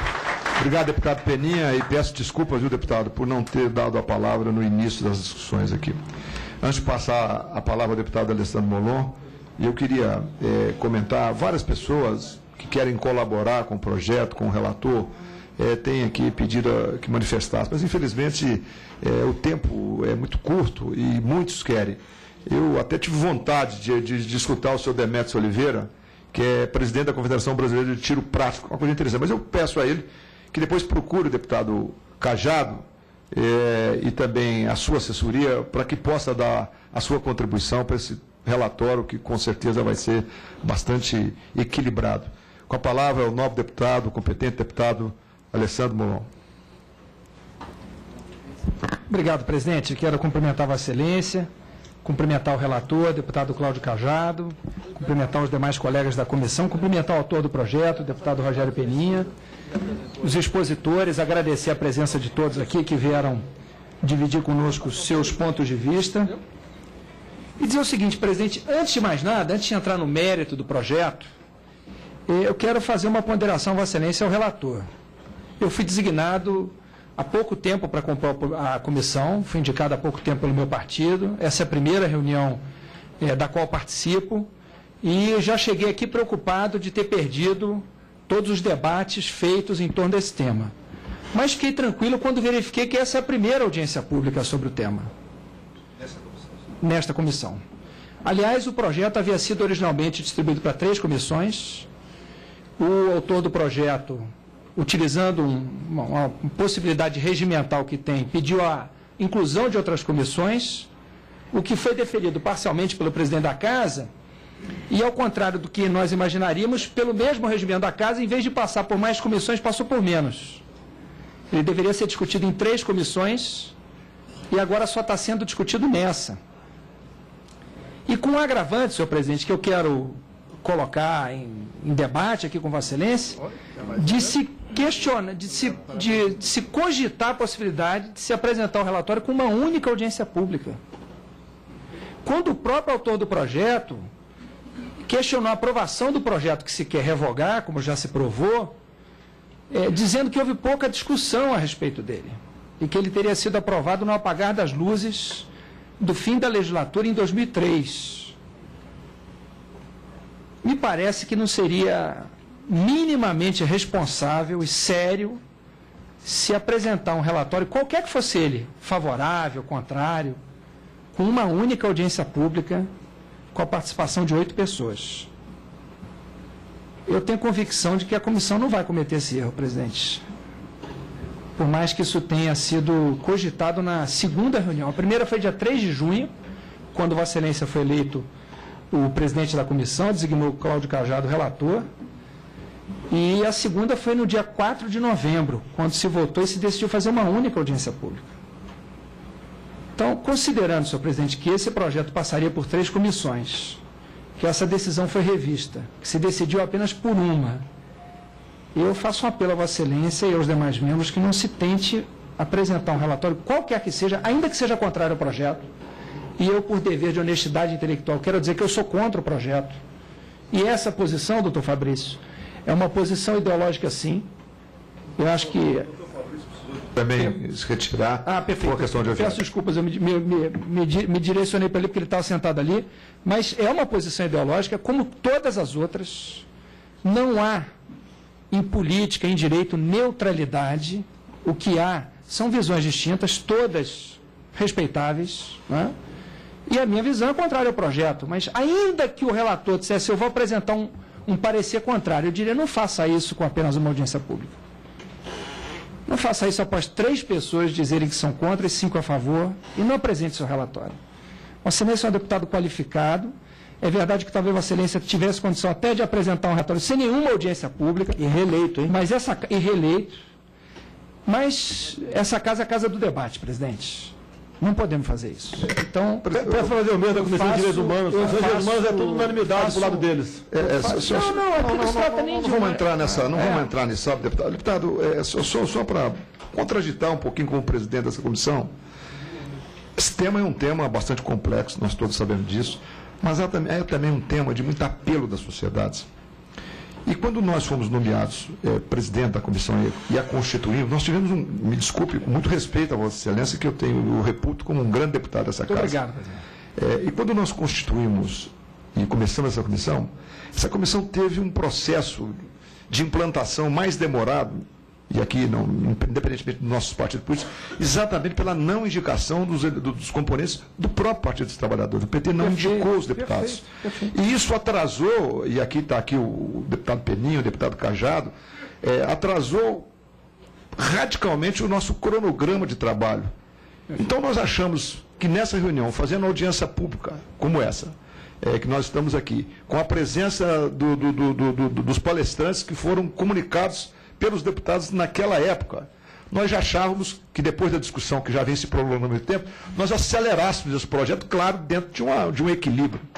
Por isso, o deputado Adservon, nós não temos esse incômodo de estar fazendo apenas uma audiência pública. Não é apenas uma audiência pública. Se fizemos menos, foi exatamente porque nós não conseguimos montar essa comissão, porque, não sei porque, se ideologicamente, como Vossa Excelência fala, o próprio Partido dos Trabalhadores não indicou os componentes dessa comissão. E isso realmente nos atrapalhou. Mas eu acredito que na ponderação e na ausculta que o deputado Cajado sempre pratica no exercício do seu mandato, eu tenho certeza que ele poderá promover um substitutivo escutando nessa semana, está se propondo a vir aqui todos esses dias, como eu disse agora há pouco, quem quiser se manifestar, sentar com ele, discutir com ele, ele vai apresentar um relatório. É claro que todos vocês têm o direito regimental, no dia da votação, que será no dia 10 de dezembro, não temos como alterar isso mais, porque é um cronograma aprovado na comissão. É claro que você tem todos os instrumentos legais e regimentais para poder dificultar a aprovação ou a continuidade desses trabalhos que foram feitos. Eu só queria lhe dar essa explicação pelo respeito que eu tenho a Vossa Excelência e lhe devolvo a palavra. Obrigado, presidente. Eu agradeço, mas digo a Vossa Excelência, eu fui relator há pouco de uma PEC que eu defendo há muitos anos, que é a PEC da autonomia da perícia. E nós estávamos aliás, tivemos o apoio, inclusive, de vários membros da Polícia Militar, deputado eleito Alberto Fraga, né? Vossa Excelência hoje está aqui como ex-deputado, mas daqui a pouco virá para cá como deputado eleito. Eu fiz questão de não votar esse parecer durante as eleições, período eleitoral. Já estava pronto o relatório, já tínhamos feito as audiências públicas todas, várias, inclusive com várias pessoas contrárias à PEC. Eu fui favorável. E entendi que não seria correto, durante o período eleitoral, se votar. Aqui também se fez a mesma coisa. Ainda que os membros do PT tivessem sido indicados, nós não faríamos um trabalho sério se durante as eleições tivéssemos usado o período para aprovar. Por isso, eu quero insistir com o relator, pedir a Vossa Excelência que, por favor, eu apresentei um requerimento, o presidente já tem os nomes a sugestão de convidados, sugiro a Vossa Excelência que ouçamos também outros membros da comissão, para que na próxima, talvez ouçamos 5 pessoas contrárias ao projeto e 3 favoráveis, para ficar o mesmo equilíbrio de 8 e 8. E aí, diante disso, eventualmente, se o relator entender que está pronto, que ele apresente o relatório, fazemos audiência pública na semana que vem, porque não faz sentido, presidente, a gente encerrar as discussões públicas, ainda que o relator se disponha a ouvir individualmente. Esse é um tema que requer um debate público, honesto. E eu acho que o doutor Salésio coloca questões interessantes. Eu quero dizer a Vossa Excelência com toda a sinceridade. Em relação, por exemplo, a esse prazo de refazimento do registro, de novo registro para quem já tem arma, é verdade que talvez esse prazo não seja adequado. Esse é um debate que eu acho que se pode fazer de maneira tranquila, não é? E se chegar a uma conclusão, e o motivador desse debate será o deputado Peninha. Mas simplesmente aprovar o projeto na comissão aqui com uma audiência pública, não podemos fazer isso. Isso vai ficar muito ruim para essa casa, de um tema tão grave, tão sério, tão importante, discutido dessa maneira. Né? Eu tenho certeza que não é isso que nenhum dos membros da comissão quer, por mais favoráveis ou contrários que sejam ao projeto. Né? Então, presidente, eu quero agradecer Vamos fazer audiência pública para a LDO, senhor presidente. Para mudar a LDO. Acho que você tem audiência pública. Me ajudar, viu, Alessandro? Já que o PP quer sugerir audiência pública para votar a LDO. Não, deputado, deixa eu explicar uma coisa para vocês. Deixa eu explicar uma coisa. Para todos aqui, a gente entende a manifestação. Nós estamos querendo, porque se esse substitutivo, esse relatório do deputado Cajado for a votação no dia 10, como está marcado, irá. É claro que regimentalmente se segura, nós sabemos disso. Então nós queremos, como você também tem esse interesse, deputado, nós queremos fazer o possível para poder montar essa estratégia e nós votarmos o requerimento no dia 10, democraticamente, com todos os presentes. E é claro, antecedendo a isso, eu acho que a sua audiência pública ela pode ser, sim, levantada a questão. Só quero encontrar uma saída regimental para aprovar o seu requerimento, que não pode ser aprovado aqui nessa audiência pública. Perfeito. Mas nós podemos fazer, sabe, deputado, com respeito ao seu trabalho e a sua colocação, nós tentamos fazer, para hoje à noite ainda, uma reunião da comissão, ou amanhã bem cedo, antes do pessoal viajar, aprovar a sua audiência pública para a semana que vem. Perfeito. No dia 3 ou dia 4, não sei, dia 4, acho que é quarta-feira, se não me engano. Dia 4 é quarta-feira. Quarta-feira. Discutimos na quarta-feira. Dia 3 é quarta-feira, se não me engano, presidente. Dia 1º é segunda-feira. 3 é quarta. Nós aprovamos de uma forma, vamos discutir uma forma, achar uma saída aqui. Perfeito. Fazemos a audiência pública no dia 3, o relator vai ficar um pouco prejudicado para receber as emendas, mas ele vai fazer um esforço, no final de semana ele não faz nada mesmo. O relator segura essas... A gente coloca, deputado Cláudio Cajado, até sexta-feira, sábado, para apresentação das sugestões, e ele apresenta o relatório dele na quarta-feira da semana que vem, no dia 10, como já está aprovado, para nós votarmos o relatório. E depois, como o deputado Peninha disse, isso vai ao plenário, isso vai andar aí. Mas eu acho que Vossa Excelência tem toda a razão de fazer essa audiência e nós podemos, depois que terminar aqui, nos reunirmos e fazer essa reunião para regimentalmente aprovar essa audiência pública. Senhor presidente. Muito obrigado, presidente. Agradeço a Vossa Excelência, ao relator, que vejo que é um gesto de boa vontade de ambos os parlamentares. Agradeço muito a deferência. Presidente, só uma observação sobre o que foi colocado. Eu concordo perfeitamente, desde que nós possamos realmente, impreterivelmente, votar no dia 10. É isso que eu estou dizendo. Porque o meu medo é que isso seja uma tentativa de postergação. E postergando, não votando esse dia 10 e não votando esse ano nesta comissão especial, a partir do ano que vem, essa comissão está extinta.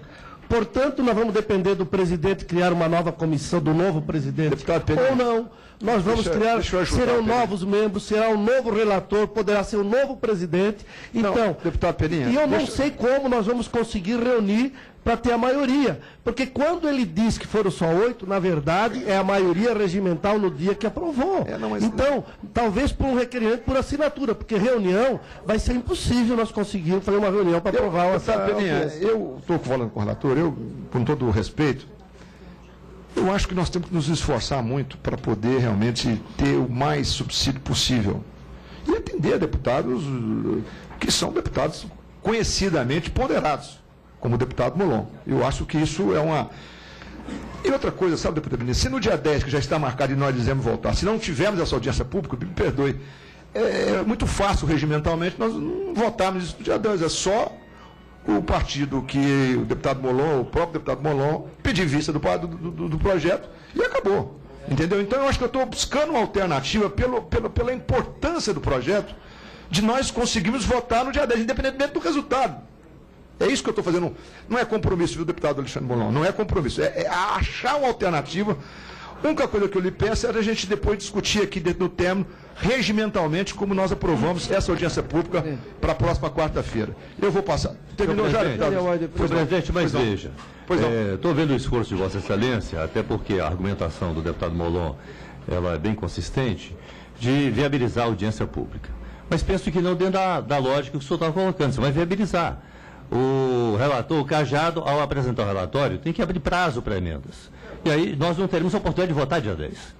Por que não? Ao encerramento dessa sessão, incontinente, já faz a próxima sessão para apreciar o requerimento de nova audiência pública. A audiência pública se realizará na terça-feira e nós já teremos a audiência novamente na quarta para a apresentação do relatório do deputado Cajado. Eu estou recebendo penso que nós vamos remir o tempo dessa forma. Eu só para ajudar também, vamos buscar uma solução. Estou recebendo informação da assessoria técnica aqui que esse projeto é um projeto de plenário que não recebe emendas. Ele recebe sugestões. Eu acho que sugestões pode ser feitas até por telefone. Aí depende da boa vontade do relator. Então, como ele não recebe emenda, eu acho que isso não seria prejudicado. E pela ponderação que o deputado Cajado vai impor a esse projeto, sem receber emendas, que não pode, segundo a informação que eu tenho da assessoria, eu acho que isso não comprometeria e abriria essa discussão. É muito importante, eu acho. Senhor presidente, de qualquer forma, e mesmo com a colaboração da assessoria, penso que, na lógica que estou colocando aqui, para garantir a audiência pública, ela fica muito mais razoável. Façamos a audiência pública na terça, o relator, numa nova audiência na quarta, apresenta o relatório, e aí sim, nós teremos, todos nós, muito maior tempo para analisar o relatório dele, apresentar sugestões, até dia 10. Nós vamos ampliar o tempo para os deputados. Eu acho que essa lógica é mais sadia, mais razoável. O deputado, nós queremos buscar uma alternativa. Pois não, deputado Giovanni. Eu vou pedir a Vossa Excelência que siga a ordem de inscrições, porque nós temos uma ordem de discussão de mérito. O deputado Molon colocou uma questão, o relator e Vossa Excelência como presidente está tentando uma saída para a questão, mas eu acho que ainda tem o debate de mérito aqui, e nós poderíamos, no final, fazer um encaminhamento conjunto. Tá bom, vamos. Eu estou tentando o máximo para que a gente atenda realmente a todos e a posição do deputado Molon, que é justa. É só isso que eu tentei. E vou passar a palavra então ao próximo inscrito, se ele terminou. Não, presidente, então, se Vossa Excelência me permite, agora eu quero fazer as considerações de mérito. Claro. Essa era uma primeira questão de ordem sobre o encaminhamento dos trabalhos aqui da comissão, mas eu vou me restringir ao meu tempo. Presidente, em primeiro lugar, eu acho que o deputado Cajado fez uma afirmação muito importante. um pedido, na verdade. Pediu a todos os membros da mesa, das mesas, que encaminhassem as pesquisas. Eu quero cumprimentar Vossa Excelência por essa iniciativa e pedir a Vossa Excelência que no relatório de Vossa Excelência fundamente as decisões que vai tomar nas pesquisas que receber ou que eventualmente utilizar, ainda que não sejam pesquisas que tenham sido levantadas aqui. Porque o que me parece que falta no debate, presidente, é exatamente isso. Quais são os números que levam a quais conclusões? Em que se baseia? Porque há afirmações na justificativa do projeto, ou que foram apresentadas pelos membros das mesas, que não se sustentam em afirmações. Por exemplo, quando se faz referência a uma matéria do Jornal Nacional, como foi dito aqui, o que eu vi no Jornal Nacional foi isso. Isso não tem validade estatística nenhuma. Nós estamos falando aqui de política pública. Política pública se faz com base em estatística confiável. Quais são as confiáveis? Aquelas que não são confiáveis, nós precisamos mostrar por que não são confiáveis. Não há problema. Essa pesquisa deve ser desconsiderada por este fato. Porque ela contém uma base insuficiente. Porque ela foi feita com uma amostragem que não é científica. Não tem problema. Mas vamos discutir em cima de dados concretos. Esse é o primeiro ponto. Da mesma forma, quando se fala de casos, né, quando se conta um caso. Eu poderia aqui citar 200 casos de crimes por motivo fútil. De crimes que terminaram em morte e que não teriam terminado em morte se não houvesse uma arma de fogo disponível. Brigas de trânsito, brigas de bar. Eu poderia contar 100 casos, mas não é assim que a gente vai chegar a uma conclusão sobre esse projeto. Porque a cada caso que se diz que a arma foi fundamental, poderia se apresentar um ou mais casos em que a presença da arma resultou num desfecho trágico. Então esse é o segundo ponto. O terceiro ponto, a ideia que tem que ser desmentida. E aí eu queria até fazer um apelo ao doutor Salésio, porque quando houve aquele caso lá em Realengo, na minha cidade, que eu propus a recriação da subcomissão para controle de armas, munições e explosivos, na Comissão de Segurança Pública, a primeira reação que se teve na própria Comissão de Segurança Pública, e eu me lembro que Vossa Senhoria estava presente e testemunhou esse debate, era o medo de que nós aproveitássemos aquele caso para tentar repetir a consulta popular sobre a proibição de armas. E eu me lembro de ter dito naquela ocasião que nós respeitávamos o resultado do referendo, que tinha sido contrário à minha posição. A minha posição foi derrotada no referendo de 2006 sobre venda de armas e 2005 sobre venda de armas. Eu defendi o sim, que era a proibição, o sim ao dispositivo submetido à consulta. E eu fui derrotado. E eu tenho que reconhecer o resultado.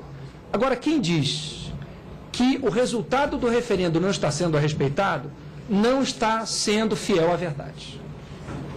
O comércio de armas não foi proibido no Brasil. Não foi proibido no Brasil.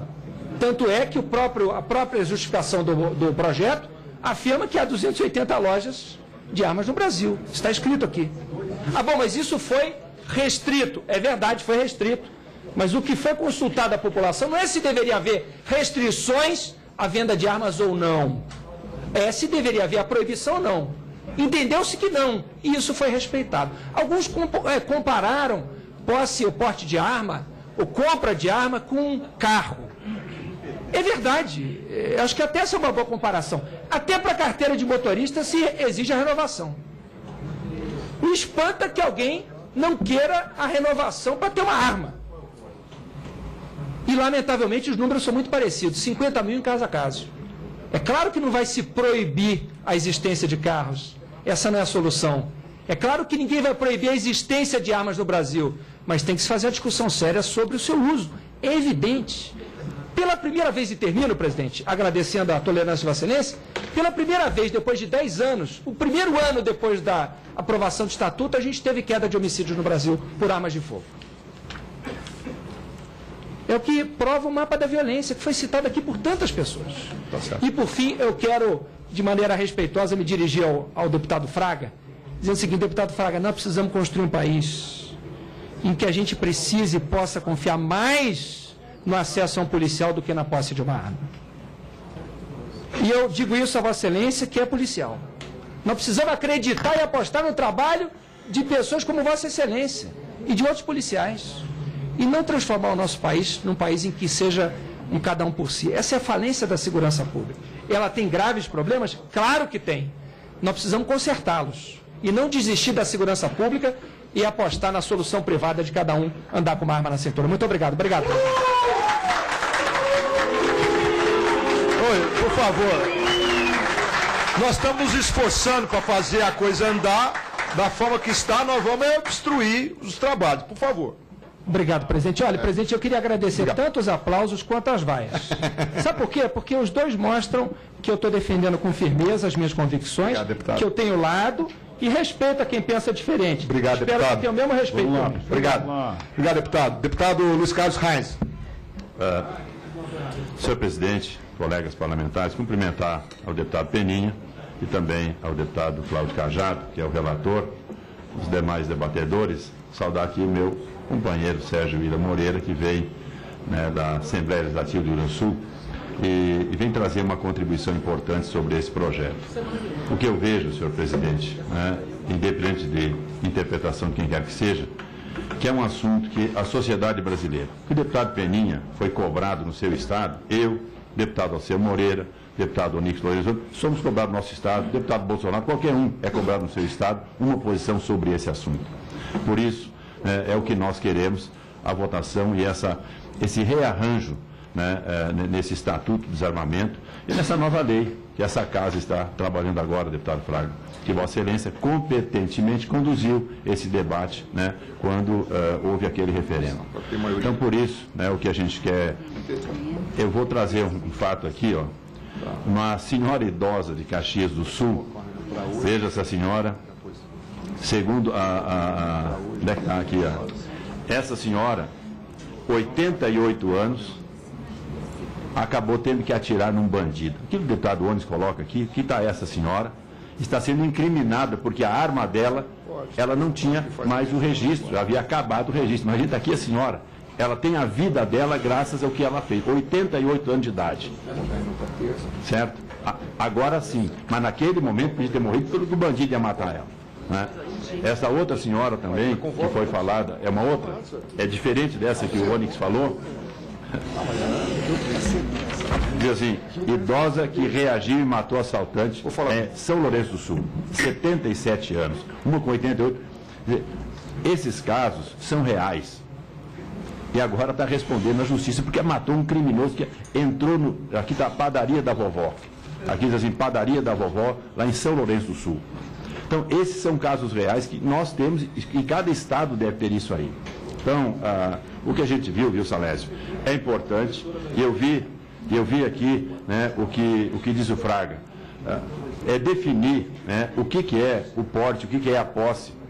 Quando é o porte, é uma outra situação, quando é a posse. Então, esses casos, deputado Cajado, é que nós vamos fazer as sugestões, já vou olhar o seu relatório, porque isso deve existir.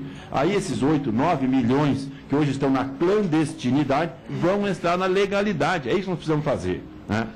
E eu ouço o pessoal falar aqui, não, que tem segurança.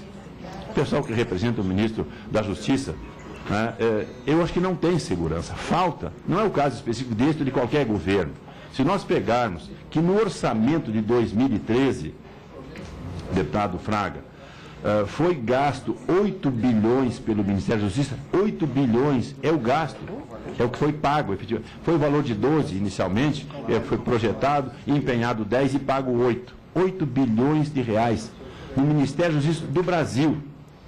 Vossa Excelência da Brigada Militar, aqui do Distrito Federal. Aqui vocês têm recurso. Aqui está o Tenente Bruno, que vem lá do Rio Grande do Sul. Lá não tem recurso.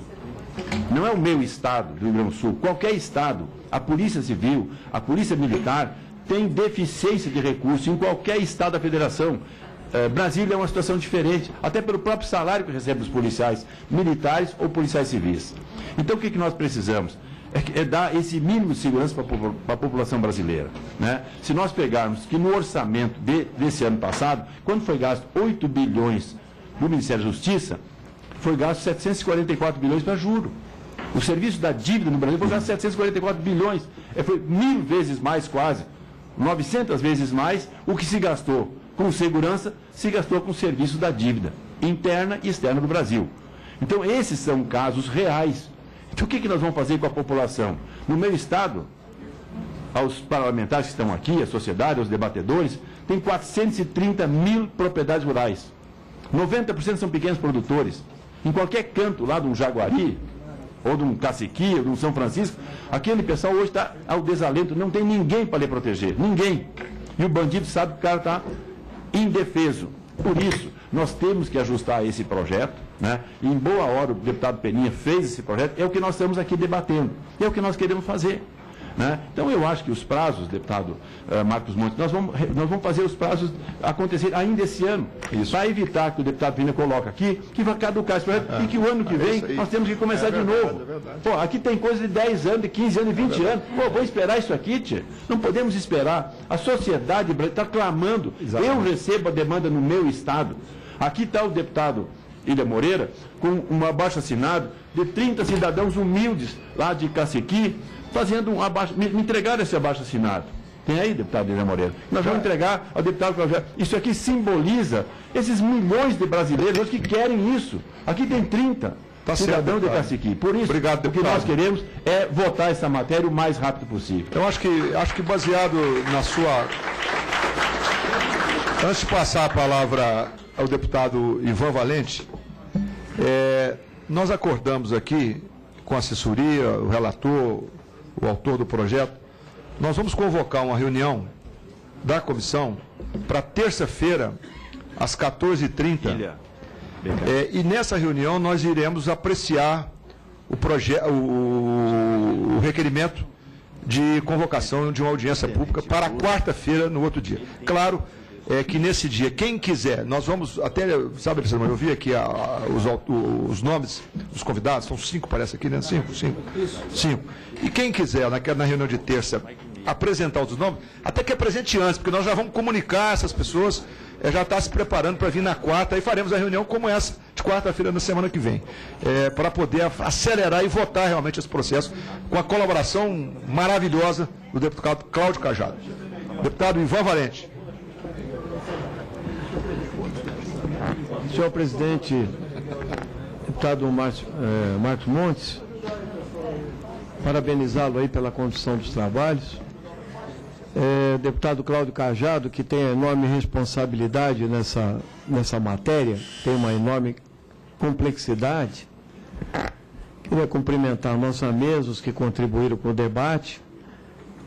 Cumprimentar o nosso deputado Fraga pelo retorno. Vamos divergir muito.